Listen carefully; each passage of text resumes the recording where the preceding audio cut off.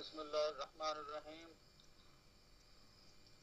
الحمد للہ رب العالمین والصلاة والسلام علی خاتم النبیین۔ جناب آپ نے تقلید کی تعریف کا حوالہ دے دیا،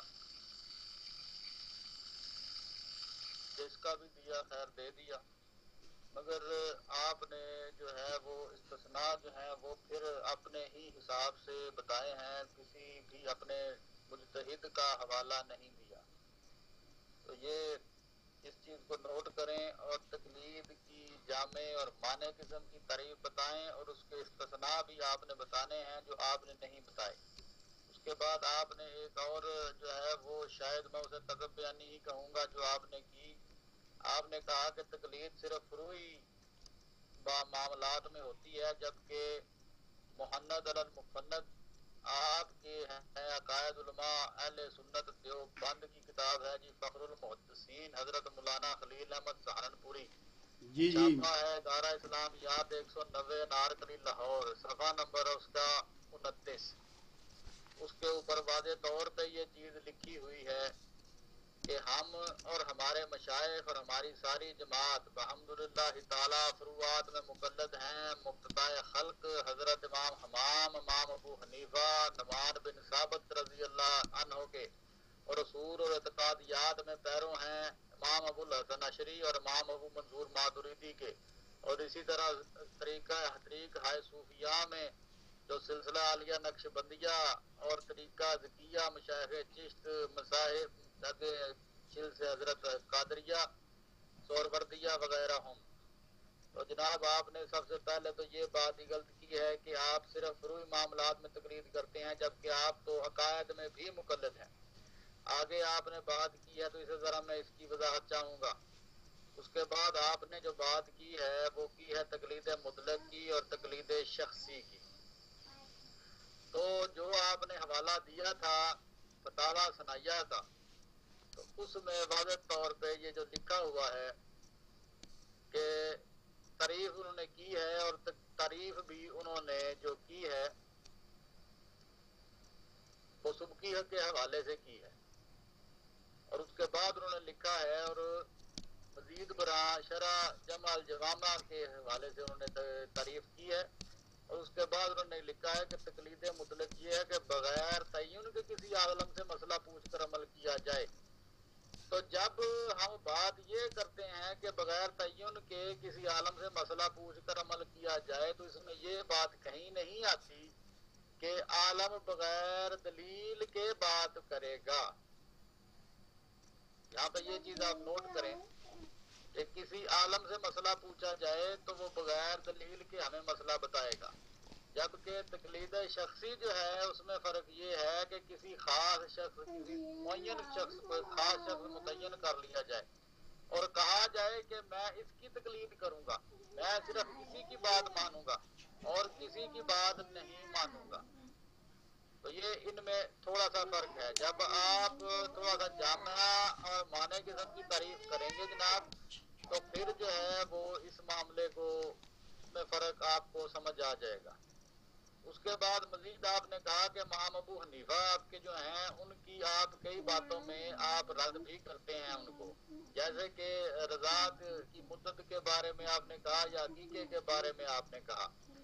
تو جناب بڑی حیرت انگیز بات یہ ہے کہ جناب کی ہی کتاب ہے الدر مختار، میں رپیٹ کر رہا ہوں نام در مختار، وہ جو میرے پاس چھاپا ہے وہ دارالکتب علمیہ بیروت لبنان کا ہے۔ اس میں واضح طور پہ آپ کے در مختار والے لکھا ہوا ہے فلاحت اللہ ربنا اعداد الرمل علی من رد قول ابی حنیفہ، کہ جو بندہ بھی ابو حنیفہ کے قول کو رد کرتا ہے ہمارے اللہ کی اس پہ ریت کے ذروں کے برابر لعنت ہو۔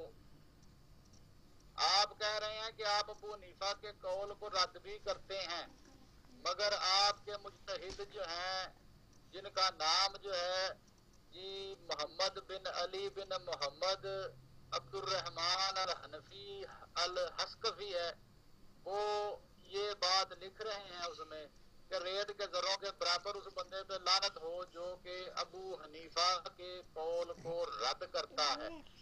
تو اس طرح تو آپ اپنے بزرگوں کے حوالے سے ہی پھر اللہ معافی دے لعنت پڑ رہی ہے آپ پہ. پھر آپ نے کہا جی مجتہد کا اجتہاد. تو جناب مجتہد جو ہے وہ اجتہاد کرتا ہے تو وہ اپنے حساب سے یا اپنی بات سے اجتہاد نہیں کرتا. مجتہد کا جو اجتہاد ہوتا ہے وہ دلائل کی بنیاد پہ ہوتا ہے, اور دلائل کی بنیاد پہ ہی اگر کسی وجہ سے غلطی سے لگ جاتی ہے تو اس صورت میں بات ہوگی. وہ ایسے نہیں ہوگا کہ مجتہد جو ہے وہ اپنی رائے سے یا اپنی بات کرتا رہے اور اسے آپ اجتہاد کہہ دیں. وہ اجتہاد نہیں ہوگا, وہ قیاس ہوگا اس کا, اور عموماً حنفیہ جو ہیں وہ اسی پر چلتے ہیں.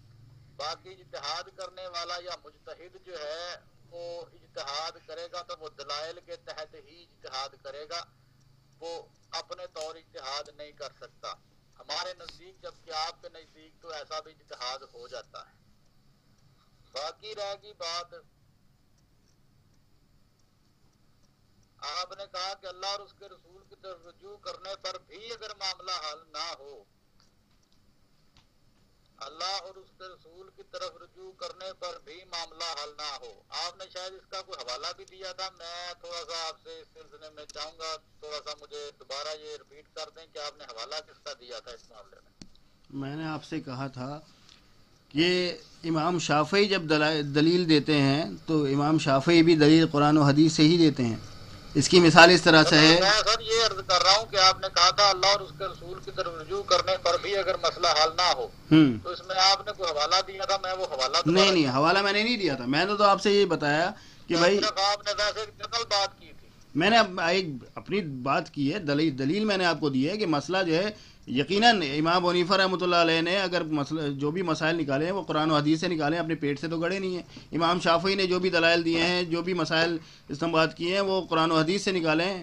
ٹھیک ہے, اپنے خود کے الہام تو نہیں ہوئے ان کو. ٹھیک ہے جناب جی. اب یہاں پہ یہ بات آ جاتی ہے اللہ اور اس کے رسول کی طرف اگر رجوع کیا جائے اور مسئلہ حل نہ ہو, تو یہ تو جناب پھر بات کچھ عجیب و غریب آ جاتی ہے. ایک طرف تو ہم کہتے ہیں کہ ہمارا دین مکمل ہے, ہمارا دین کامل ہے, اور قرآن پاک میں بھی یہ چیز واضح طور پہ آئی ہے کہ الیوم اکملت لکم دینکم. تو اللہ تعالیٰ تو کہہ رہا ہے کہ دین مکمل ہوگا, تو پھر جو بھی اس قسم کا معاملہ ہوگا آپ اسے دین کا نام کیسے دے سکتے ہیں؟ اس میں سے آپ نے ابھی تک کوئی مثال میرے سامنے پیش نہیں تھی کی. حضرت میں بیچ میں مثال دے دوں آپ کو حدیث سے, اجازت ہے؟ تو نہیں وہ اپنی ٹرن میں آپ دے دیجیے. چلے ٹھیک ہے, اوکے. وہ اپنی ٹرن میں آپ دے دیجیے گا, مجھے اس میں وہ پھر تھوڑی سی انٹرپشن آپ کی طرف سے ہوگی. اس کے علاوہ مزید یہ ہے کہ آپ نے پھر وہی بات کی ہے کہ مجتہد ہی آپس میں جو ہے وہ اختلاف کریں گے, ایک عامی اختلاف مجتہدین سے نہیں کر سکتا. تو اس سلسلے میں یہ بھی بات عرض کر دیتا ہوں کہ جناب کے سلسلے میں کم از کم ایک مجتہد سے کوئی عامی جا کے اختلاف کر سکتا ہے, کرنے کا حق رکھتا ہے. کسی بھی معاملے میں مجتہد کوئی عقل کل نہیں ہوتا کہ جسے کہا جائے کہ جی مجتہد جو ہے وہ معصوم من الخطا ہے یا عقل کل ہے یا اس پہ کوئی وحی آتی ہے. مجتہد نے بھی کتابوں سے ہی پڑھ کے آگے چلنا ہے. اگر کسی عامی کو کوئی بھی بندہ کوئی بات بتا دیتا ہے کسی بھی حوالے سے, تو وہ مجتہد اپنے سے جا کے اختلاف کر سکتا ہے. اگر اس مجتہد کے ساتھ کوئی اختلاف اسے سامنے نظر آتا ہے, جب اسے کوئی دلائل مل جاتے ہیں یا کوئی اسے دلیل مل جاتی ہے کسی دوسرے سے یا کسی مجتہد سے ہی مل جاتی ہے دلیل, تو وہ پہلے کے پاس جا کے اسے اختلاف کرنے کا حق رکھتا ہے. تو اس سلسلے میں بھی بات وہی آ جاتی ہے کہ جو اختلاف ہونا ہے وہ یا تو مجتہدین کا ہونا ہے اور یا پھر کسی عامی کا بھی مجتہد سے اختلاف ہو سکتا ہے. اس میں کوئی ایسی بات نہیں ہے. باقی اب ہم آگے چلتے ہیں تھوڑا سا. تو آپ نے کہا ہے کہ جی امیر کی اطاعت کے حوالے سے آپ نے کہا, تو میں بات پھر وہی کر رہا ہوں کہ اللہ تعالیٰ کی نافرمانی کر کے کسی کی اطاعت جائز نہیں. اطاعت کا تعلق صرف نیکی کے کاموں سے ہے. مزید پہ اللہ تعالیٰ مثالیں. حضرت آپ یہ میں بیچ میں ایک بات کہنا چاہوں گا, یہ آپ بار بار یہ بات ریپیٹ کر رہے ہیں. ہم کون سے گناہوں کے کاموں میں تقلید کرتے ہیں؟ ہم کیا شراب پینے میں تقلید کرتے ہیں, زنا کرنے میں تقلید کر رہے ہوتے ہیں؟ انشاءاللہ تعالیٰ یہ میں آپ کو بتاؤں گا تھوڑی دیر بعد کو 1-2 ٹرن کے بعد انشاءاللہ تعالیٰ میں بتاؤں گا کہ احناف نے کس طرح شرابوں کو بھی حلال کہا ہے. میں اس سلسلے میں بھی بات کروں گا. تو مزید اس سلسلے میں یہی ہے کہ جناب پھر وہ جب آپ بتائیں گے تو ہمارے پاس بھی بہت سارے حلال کرنے وہ میں والے انشاءاللہ تعالیٰ آپ سے پھر بات ٹھیک ہے ٹھیک ہے ٹھیک ہے انشاءاللہ تعالیٰ آپ کو پتہ لگ جائے گا. جی جی ہمیں تو پتہ لگ ہی جائے گا. جی جی جی بولے بولے انشاءاللہ تعالیٰ. تو باقی بات وہی ہے جی کہ فَلَا وَرَبِّكَ لَا يُؤْمِنُونَ حَتَّى يُحَكِّمُوكَ فِيمَا شَجَرَ بَيْنَهُمْ ثُمَّ لَا يَجِدُوا فِي أَنفُسِهِمْ حَرَجًا مِّمَّا قَضَيْتَ وَيُسَلِّمُوا تَسْلِيمًا. اللہ جی قسم ہے، تو قسم ہے تیرے پروردگار کی، یہ مومن نہیں ہو سکتے جب تک آپس کے اختلافات میں آپ کو حاکم نہ مان لیں. پھر جو فیصلہ آپ ان میں کر دیں، ان سے اپنے دل میں کسی طرح کی بھی یہ تنگی اور ترشی نہ پائیں اور فرما برداری کے ساتھ قبول کریں. ما علینا الا البلاغ. اپنی بات کریں جناب.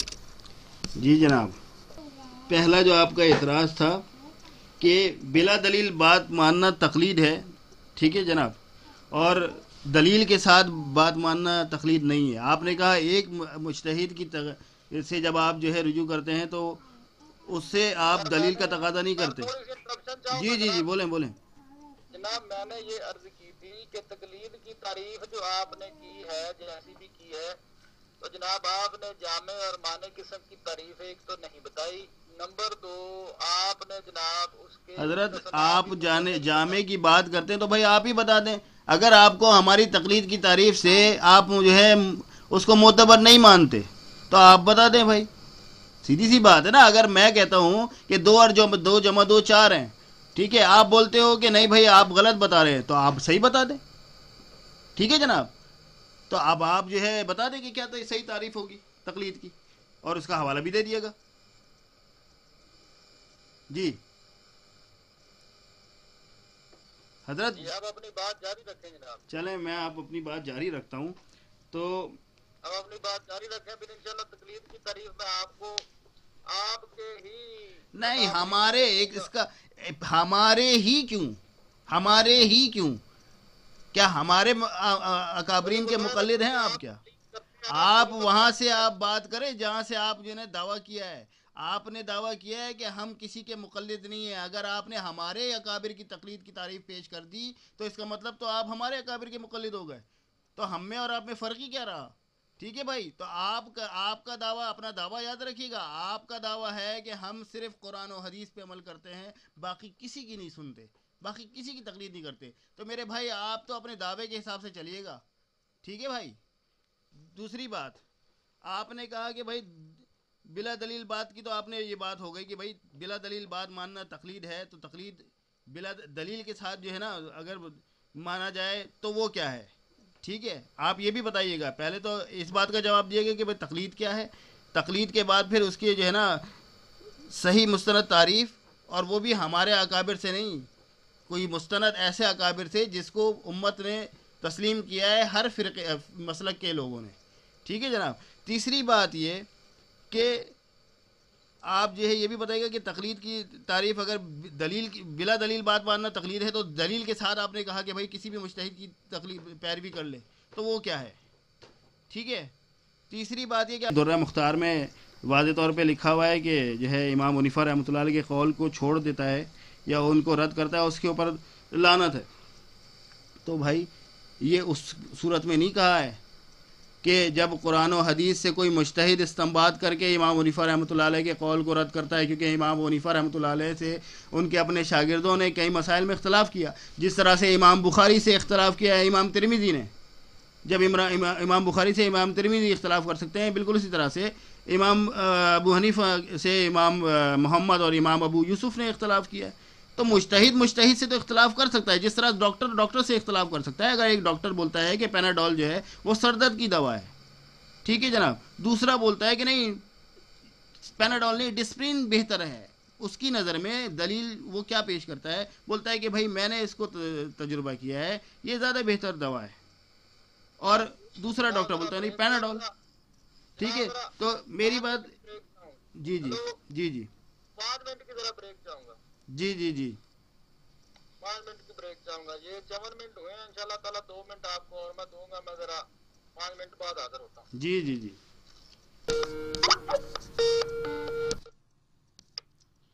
السلام علیکم. وعلیکم السلام جناب، آپ اپنی بات شروع کریں. جی، تو آپ نے درہ مختار کی بات ہو رہی تھی. آپ نے کہا کہ اس کی درہ مختار کے مصنف نے جو ہے وہ امام حنیفہ رحمۃ اللہ علیہ سے اختلاف کرنے والے پہ لعنت بھیجی ہے. ٹھیک ہے جناب. تو بھائی یہ تو دیکھیں کہ کس پہ لعنت بھیجی ہے. اس پہ جو علم رکھتے ہوئے امام حنیفہ سے اختلاف کرے، یا اس جاہل شخص پر جو اپنی جہالت کے ساتھ امام حنیفہ سے اختلاف کرتا ہے. یہ بھی تو دیکھیں نا. آپ نے بات تو مزے سے بتا دی، لیکن بات کی تہ تک تو جائیں. 2 الفاظ بیان کرنے کے بعد جو ہے نا پورے جملے کا موقف بیان نہیں ہو جاتا ہے. ٹھیک ہے جناب، یہ آپ کی بات کا جواب ہو گیا. دوسری بات آپ نے کہی کہ قیاس کرتے ہیں بھائی. قیاس جو کہ حرام ہے، اور پتہ نہیں آپ مانتے ہیں نہیں مانتے ہیں قیاس کو. تو میرے بھائی اگر آپ قیاس کو نہیں مانتے تو پھر تو آپ کو بہت ساری چیزوں سے ہاتھ دھونا پڑ جائے گا. سمجھیں بات. آپ کہتے ہیں کہ قیاس کوئی چیز نہیں ہے، قرآن و حدیث. تو بہت ساری ایسی چیزیں ہیں بھائی جو قرآن و حدیث میں نہیں ہے. یا آپ انٹرنیٹ لیپ ٹاپ یوز کر رہے ہیں، میں لیپ ٹاپ یوز کر رہا ہوں، آپ انٹرنیٹ یوز کر رہے ہیں. قرآن مجید میں اس کے لیے کچھ احکامات ہیں؟ نہیں ہیں. موبائل یوز کر رہے ہیں، بہت سے ایسے کام ہیں. آپ موبائل جو ہے وہ دینی مصارف کے لیے بھی یوز کرتے ہیں. ابھی آپ جو ہے دینی مجلس جو ہے منعقد کرتے ہیں فیس بک پہ یا انٹرنیٹ پہ. آپ نے اسکائپ پہ کیا یا میسنجرز پہ کیا. اس طرح ہم مناظرہ کر رہے ہیں، یہ بھی تو دین کا کام کر رہے ہیں. تو یہ اس کے جائز ہونے کی کہاں سے دلیل ملتی ہے بھائی؟ یہ کہاں سے جائز ہو گئی؟ ٹھیک ہے. تو یہ جو ہے نا، یہ آپ مجھے ذرا بتائیے گا کہ قیاس آپ نے جو ہے قرآن مجید میں کہا کہ قرآن جو ہے وہ بالکل قرآن و حدیث میں ہر بات ملتی ہے. میں اس سے انکار نہیں کرتا کہ قرآن مجید اور احادیث مبارکہ میں ہر مسئلے کا حل ملتا ہے یا نہیں ملتا. میں اس سے انکار نہیں کر رہا، لیکن یہ مسائل نکالے گا کون بھائی؟ یہ سمجھے گا کون؟ نبی پاک صلی اللہ علیہ وسلم نے تو خود فرمایا ہے. قرآن مجید میں اللہ پاک نے بھی فرمایا اور نبی پاک صلی اللہ علیہ وسلم نے بھی ارشاد فرمایا ہے. صحیح بخاری کی حدیث ہے. نبی پاک صلی اللہ علیہ وسلم ارشاد فرماتے ہیں العلماء ورثۃ الانبیاء. علماء انبیاء کی وراثت ہے. ٹھیک ہے بھائی. اور فرماتے ہیں کہ نبیوں نے علم ہی کا ورثہ چھوڑا ہے. جی بہرحال حوالہ مجھے دے دیں ذرا، آپ نے کیا بات کی ہے؟ یہ ابھی میں یہ جو بتاتا ہوں. ابھی آپ نے روایت بیان کی ہے اس کا حوالہ دے دیں ذرا. ابھی فرماتا ہوں ابھی میں حوالہ دیتا ہوں. ابھی چلے پہلے آپ کو حوالہ دیتا ہوں، پھر بعد میں اس حدیث کو بیان کروں گا، تاکہ آپ جو ہے نا آپ کی تشفی ہو جائے.